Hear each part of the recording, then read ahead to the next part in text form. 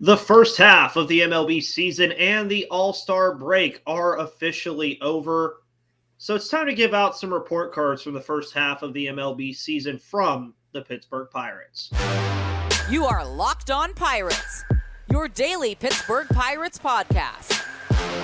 Part of the Locked On Podcast Network, your team every day.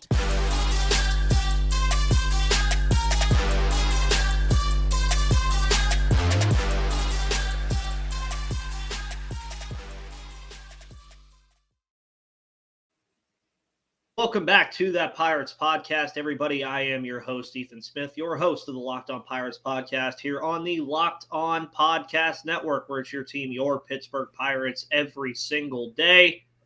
Brought to you, as always, on Thursday is Craig Toth of Inside the Bucks Basement. Had a wonderful time with the draft. Has had some really good pieces over there at Bucks Basement, so make sure you go check that stuff out. And I figured I slammed Paul Skeens down your throats long enough to where I don't have to talk about it anymore, at least for right now. We talked about Mitch Keller and David Bednar's first halves yesterday, talked about what to expect from them for the rest of the year, talked about, of course, July 11th and July 12th, 8 years ago with Andrew McCutchen and Pedro Alvarez, Gregory Polanco's walk-offs back-to-back against the Cardinals before the All-Star break. But now the All-Star break's behind us, Craig. The first half is behind us. And if you would have asked, and this is how I'll start this today before we get into any report cards. If you would have told a Pirates fan that they would be 41-49 at the All-Star break, Craig, what would have been the sentiment at the beginning of the season? I mean, I would have to say that you would be pretty happy with that. Looking at, the past few years, it's definitely an improvement. I mean, we've talked about this before. It's just kind of the way that we got here, and especially some of the last few games where, I mean, we probably should have taken at least a couple more of those.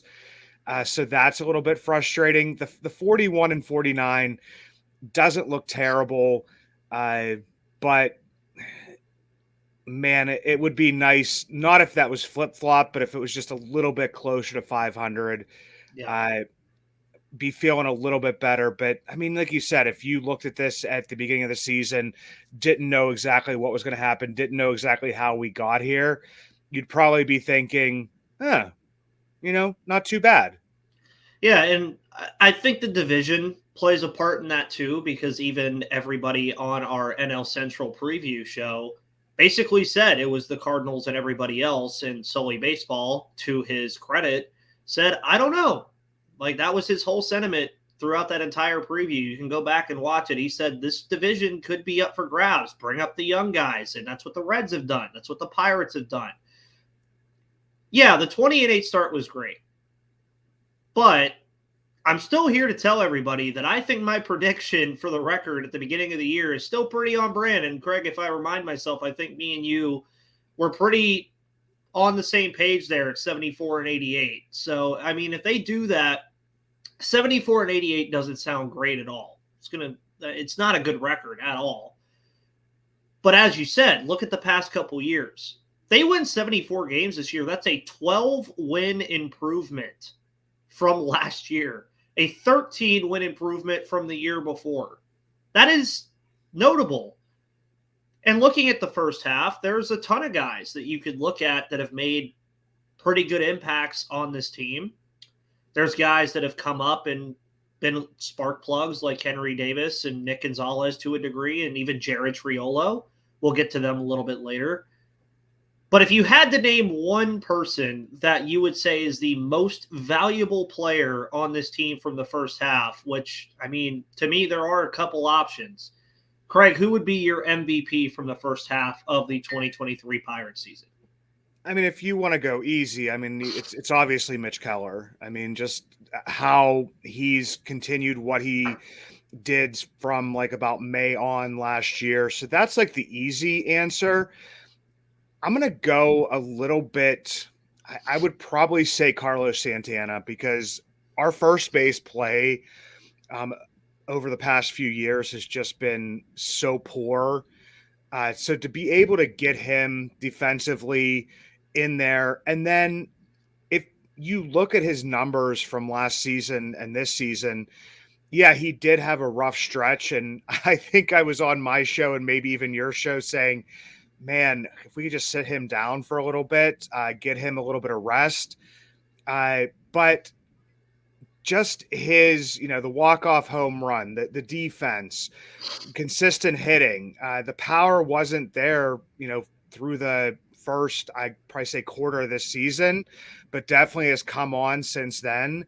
And just the veteran leadership within the clubhouse, I would probably put him as like maybe my dark horse MVP. I mean, it's obviously Keller, but Santana would be a pretty close second for me, maybe tied with Andrew McCutchen, just because I mean he's having his best numbers since I believe other than power since like probably like 2019.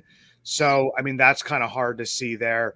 But that to me kind of scares me a little bit, that if Mitch Keller is one of your MVPs and then you have Kutch and Santana, you would probably be hoping that maybe you'd have Brian Hayes and Brian Reynolds in the conversation. And right now we don't. Yeah. And I mean, Brian Hayes had a pretty good June, did some good things in June, but the injury bug has caught up to him again.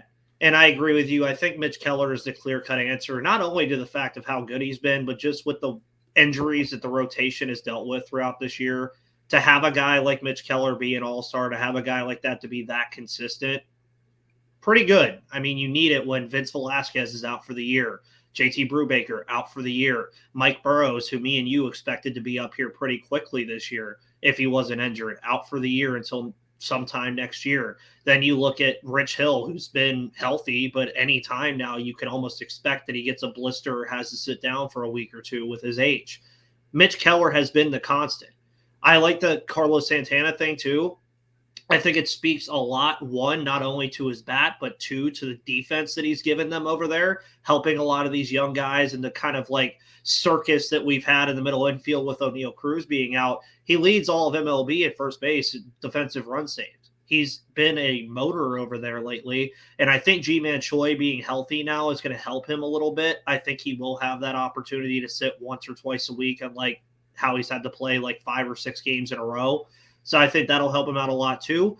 And you brought up my answer, Andrew McCutchen. I mean, you could just tell from the get-go when Kutch came back that he was going to help this team either on the field or off the field, and somehow he's managed to do both because he's been one of the better guys on the team discipline-wise at the plate, getting on base. He's having very good offensive numbers. He's DHing, so he hasn't had to play the field that much thanks to Henry Davis being very good in right field. And again, he just brings a certain energy to this team. And as we've said before, he's the guy among these veterans that separates himself from winning because he's won in Pittsburgh. He's the lone guy in that clubhouse that could say, I've done it here. I can do it here again. Because I've said it before, I think this team is very close. And I would say it would probably be between Kutch, Keller, and Santana if you're going to vote on it. But I think Keller would get the overwhelming vote there, and I don't disagree with you at all. It would be nice, though, as you said, to see, like if O'Neal Cruz was healthy, I think he would obviously be up there, which we should be expecting his return in about a month and a half or so. And then you'd like to see Brian Hayes take that next step, or even Brian Reynolds, who's had kind of like a weird year outside of the strong start that he had. He's kind of having a backwards year that we're used to from Brian Reynolds. But I think those guys will come along, but we'll get to that later in the show as well. But before we get into our most improved players, which, I mean, could very well be the same answer as the MVP if you really want to, I want to tell you guys about the wonderful people over at Sleeper. Get up to a $100 match on your first deposit on mobile only at sleeper.com with the promo code LOCKEDON, because Sleeper is your one-stop shop to do all of your daily fantasy betting. Because, take the Pirates if you want. Take Jack Sawinski to hit a home run, win some money. If you want to win up to 100 times your money on daily fantasy baseball, Sleeper is now offering up to a 100 times payout for up to 8 pick contests. Yes, that's right. You could pick up to 8 different things to happen if you're feeling lucky. And if you win 8 different ones, you might as well go play the Powerball too, because Sleeper could be your jump start to becoming a millionaire if you really want to. And, you could choose as many up to 8 players as you like. You could do your favorite baseball stats like home runs, strikeouts, hits, and more, and get your picks right, and you could win big. By the way, use the promo code LOCKEDON, and you'll get up to a $100 match on your first deposit. With the way things are now, who doesn't like free money? Terms and conditions apply. See Sleeper's term of use for details. Currently operational in over 30 states. Check out Sleeper today. By the way, if you want to listen to the hometown broadcast of the Pittsburgh Pirates, make sure you download the Sirius XM app. It's called the XM app. See, it was so exciting that something had to fall in Craig's audio there. So make sure you listen to that. Everydayers, thank you, as always, for tuning in. And most improved player, Craig. I think that's one that's a little interesting to get to because, again, it could have a lot of candidates, but I think Mitch Keller could also be the winner of that award too, if you want to look at his entire 2022. Now, if you look at him at the end of 2022, he was giving us flashes of what Mitch Keller we've seen this year. He's just now doing it on a consistent level and being very good. So if Mitch Keller is your answer, that's cool too. But if you had to name somebody else that's your most improved, who would it be? I mean, for me, it has to be Jack Sawinski. It's not even close in my eyes. Just a guy who was working on, a completely new stance, completely new approach. The Ks are always going to be a part of his game, but I mean, just seeing the elite, chase rates that he has, he's not really, going for stuff outside the zone. And of course, like people will say, they'll point to, the highlights of him arguing a call that was obviously a strike, which is going to happen to, anybody. But I think that he has kind of minimized his streakiness. I know that he still has some of that inside of him. But if you look at last year, I mean, the streaks that he was on, I mean, they lasted for like 2, 3, almost a month at a time. Whereas now I feel like that he's kind of, he'll have for that, 1 for 25 streak, which when people say, oh, he's 1 for 25, I mean, that's honestly like 5-6 games. That's like a week. So if he has a slump for like a week, I mean, that's definitely going to happen. But just to see, the power potential that's there to be able to stop those streaks prior to, having to be sent down like he was last year. I mean, he was struggling mightily. And I feel like his defense has improved to a degree where you can play him in right field, center field, and he doesn't look completely lost. Once again, people will point to, when something gets lost in the sun, and they'll show just the one video of him and, Brian Reynolds kind of looking lost in the outfield. Like, that's the exception. That's not the rule. I feel like he's played better defense than people give him credit for. And once again, like, I know that, people, I'm kind of old school myself, will look at the average for a Jack Sawinski. I honestly haven't looked at Jack Sawinski's average in the past, I don't know, month and a half. As long as that OPS and the WAR, stays where it's at, I can't see how he wouldn't be, the most improved player. He has the highest WAR for a position player on this team. So, I mean, how is that not most improved? To me, it's kind of like a no-brainer. Yeah, and I have to agree with you on that one as well. And I mean, you look at where he ranks in like OPS plus and OPS in the league, and he's up there with guys that were at the All-Star game this year. Some people were even making the argument outside of Pittsburgh that he probably should have been in the home run derby because of how good he's been with his bat. And that's just who he is. He's, I almost want to call him like a new Gregory Polanco, but better. Like he's basically the modern day power hitting baseball player. He has the three common outcomes, either strikeout, home run, or walk. That's what he does. And yeah, you brought up the chase rate too. That was something that was a big problem for him. Last year, we're talking about 1 for 25 stretches this year. Last year, before he got sent down to AAA, don't forget he was like 2 for 48 at one point. That is a concern. If you're 2 for 48, that's a bigger concern than 1 for 25, because I'll also be honest with you, with the way the offense has been this year, look at anybody on this team outside of like Henry Davis and like the new guys, and most of them probably have a stretch where they were like 1 for 18 or 1 for 20 or 1 for 15. It happens to everybody. It happens to Mike Trout. It probably even happens to Shohei Ohtani. It happens to literally everybody. But yeah, I mean, they need a real power bat. They've needed one for a long time. That's something that we've talked about over the last couple of years, is that they needed a guy to just be able to go up to the plate and think about the fact that he could hit a home run at any given moment. Even if the Pirates are down like 10-2, he's like the king of garbage time. That's what I always like to call Jack Sawinski. But again, can't argue there at all about him being most improved. And I think he's kind of cemented himself as a future piece of this team. It was something that a lot of people have been asking about Jack Sawinski. Was he a future piece of this team?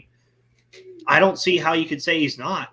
And then you look at the rookies, Craig. I mean, good Lord. I thought 2022 was crazy. We've seen a lot this year. I mean, you got Osvaldo Bido. You have technically, is Luis Ortiz still rookie eligible? I believe he is. I think he would be. Jared Triolo, G1 Bay. I mean, Nick Gonzalez, Henry Davis, technically Drew Maggi. I mean, there's a lot of different guys that we've seen for the Pirates this year, rookie wise.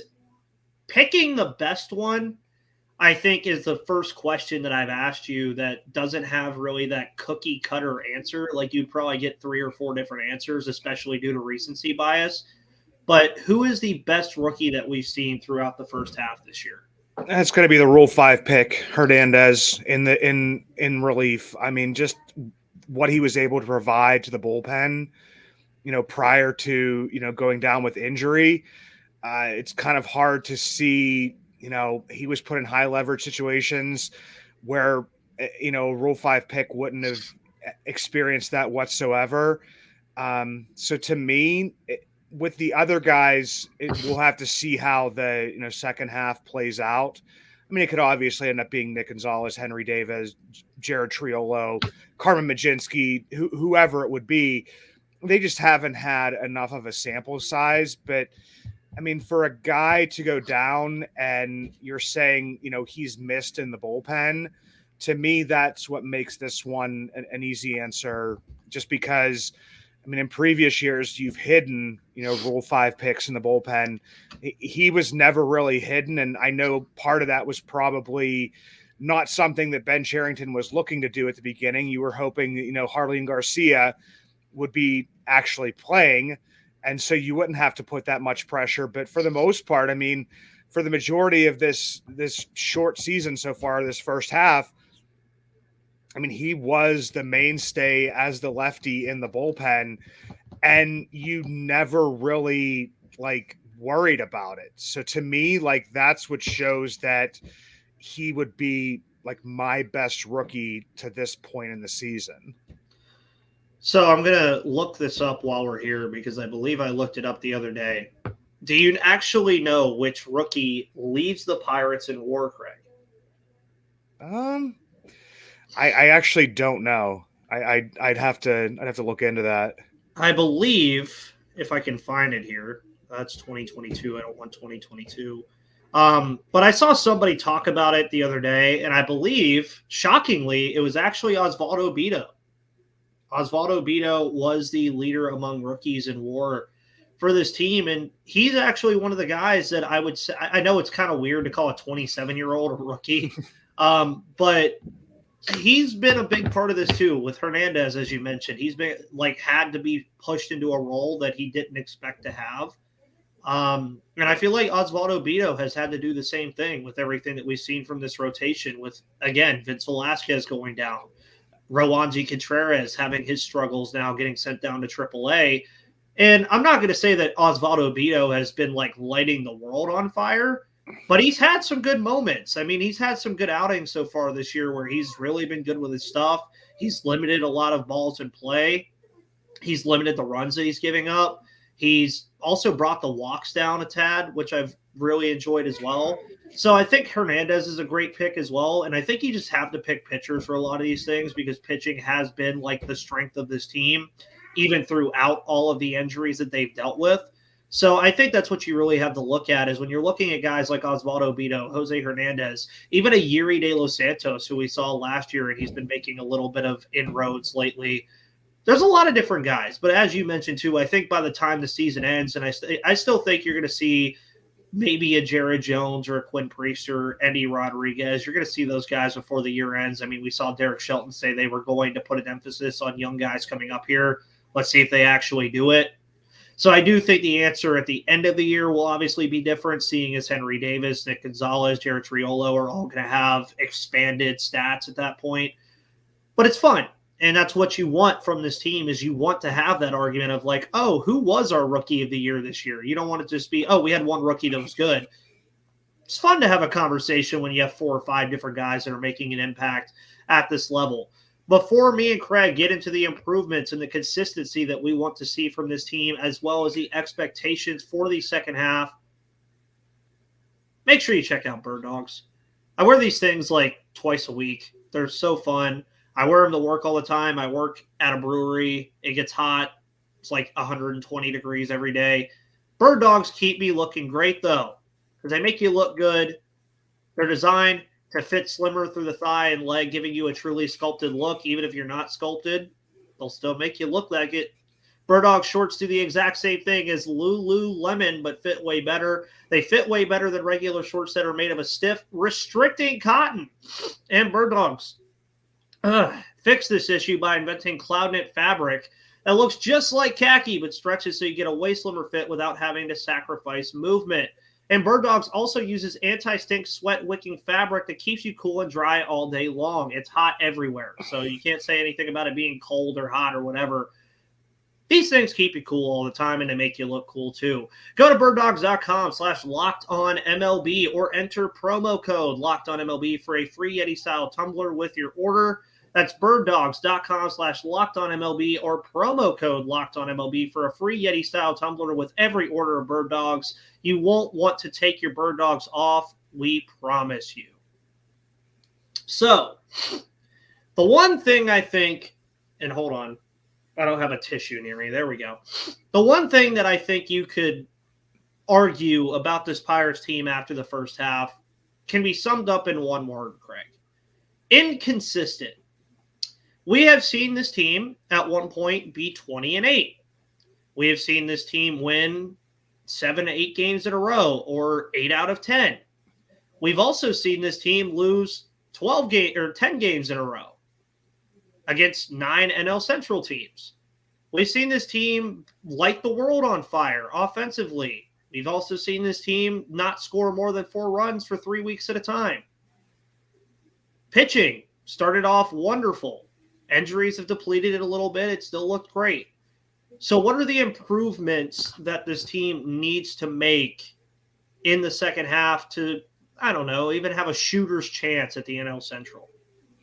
I mean, I think it's just going to have to be a general improvement of approach at the plate. I know that, there's a lot of statistics out there that it's become, commonplace within Major League Baseball to have, starting pitchers from the other team, like trying to get them to throw as many pitches as possible and to, get them out of the game, get to the bullpen. But you just can't be striking out as a team like 10, 12, 14, 15 times a game. So that's where the improvement's just going to have to come with a general, improved approach at the plate. Because even if you're getting a good start at this point in time from some of your pitchers, you don't feel comfortable. I mean, we're going into games against the Diamondbacks where we're shutting down a pretty good offense and losing an extra innings just because, we're not able to score runs. So, I mean, that's something that's, I think, going to have to come along.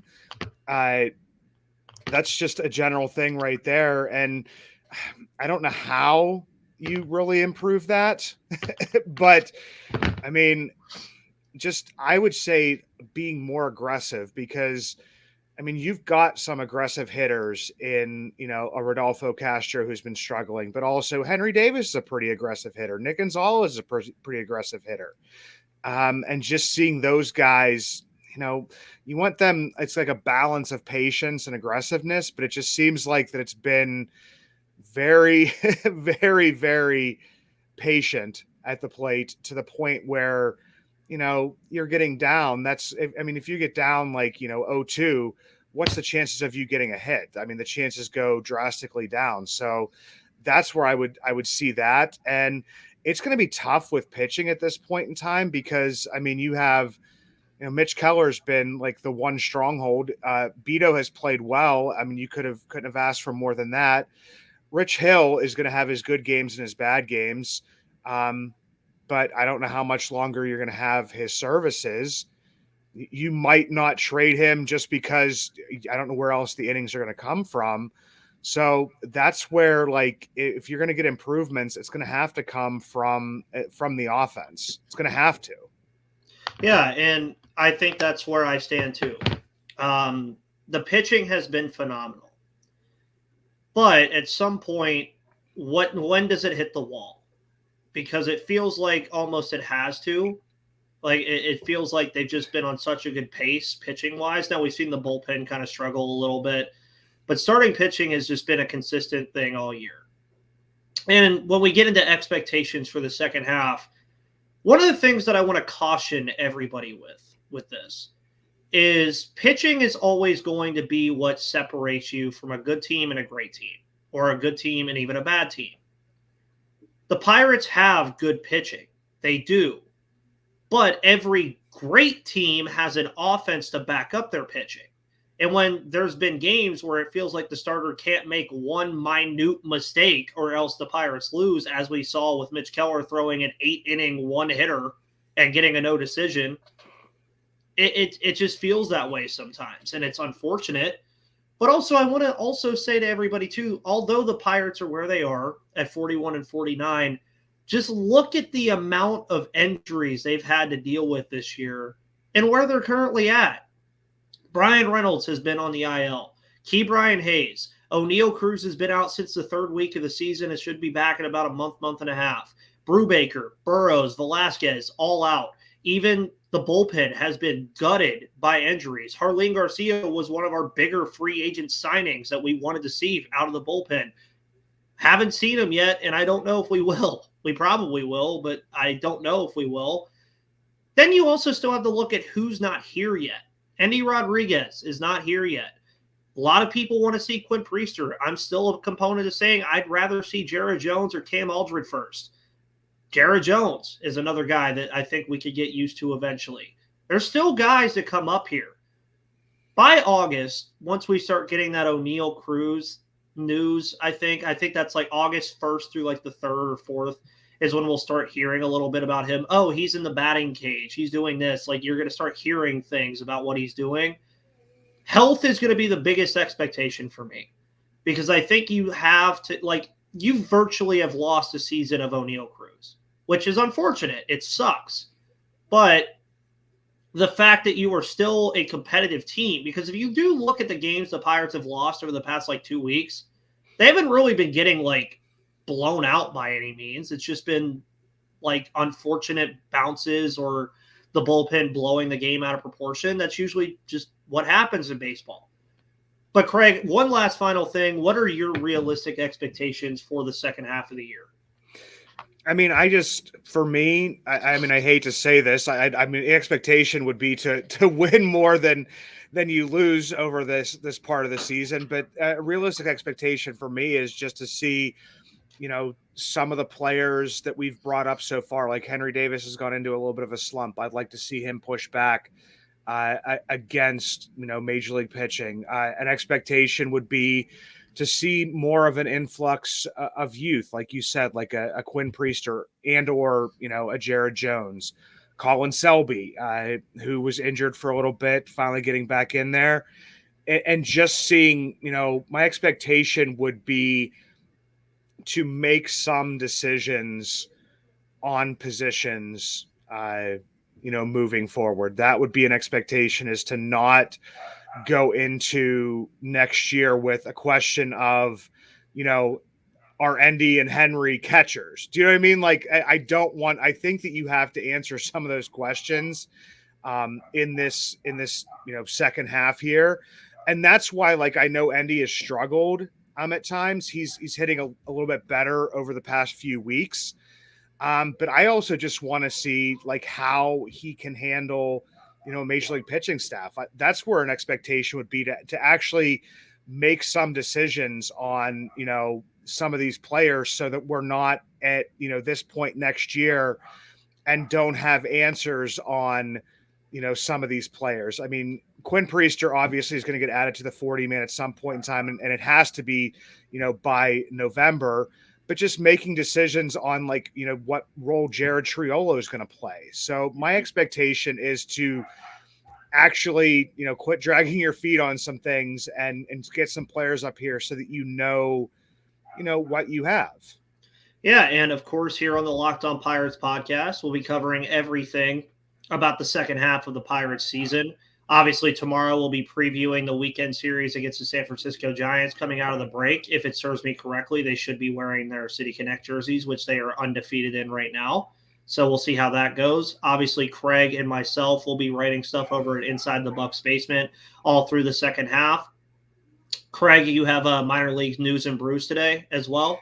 That's going to be coming out tomorrow, and it's going to be a talk about the I'm calling it the Pirates Prospect Promotion Parade, because it's not only happened at the major league level, but there's actually been, some pretty aggressive promotions from Bradenton the whole way up to Indianapolis. So, it's going to be a really fun time here. We still got, the rest of July, all of August, all of September to watch Pirates baseball. We'll see how it unfolds. But, guys, thank you so much for tuning in. Make sure you follow me on Twitter at MVP_Ethan or at Locked On Pirates. Make sure you follow Craig at Bucks Basement or check out his work at Minor League News and Brews. And, of course, Inside the Bucks Basement. Have a wonderful rest of your Thursday. Shout out to Craig's dog, and I'll see you on the flip side.